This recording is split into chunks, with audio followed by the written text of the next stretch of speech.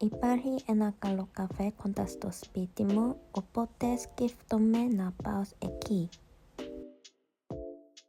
Απέχει περίπου 15 λεπτά από το σπίτι μου.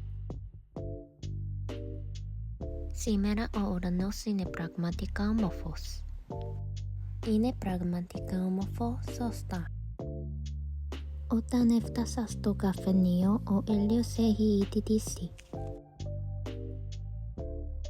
Είναι ένα πραγματικά μεγάλο καφέ.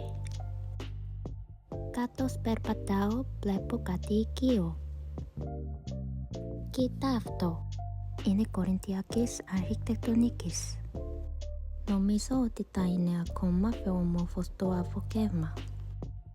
Αυτός ο γείτονας είναι επίσης κορινθιακού ρυθμού. Η μικρή κολόνα τύφλα της είναι ιωνικού ρυθμού. Λέγεται ότι εδώ γίνονται και γάμοι. Και εγώ ακολουθώ αυτόν τον δρόμο. Φωτογραφήθηκα μπροστά από τους μεγάλους γείτονες. Εδώ φαίνεται πιο όμορφα την ημέρα. Αυτό το καφέ έχει όνομα για καφέ όμορφο.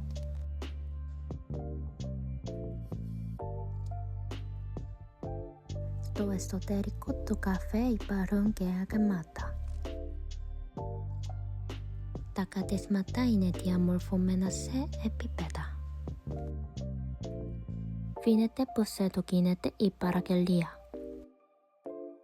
Υπάρχουν επίσης και παγωτά και ψωμιά.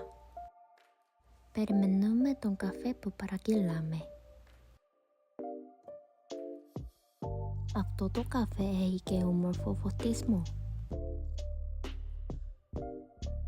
Ο καφές είτε γρήγορα. Είναι νόστιμο αλλά πολύ ακριβό. Αυτός είναι μυστικός σαλόνι του Διονύσου. Αυτός ο όροφος είναι ένα μπαρ που πουλά αλκοόλ. Αυτός είναι ο όνας του Δία στον Όλυμπο. Υπάρχουν φωτογραφίες των δύο. Σήμερα πήγα σε ένα καφέ με θέμα τον ελληνικό ναό που ονομάζεται Καλλιόπη.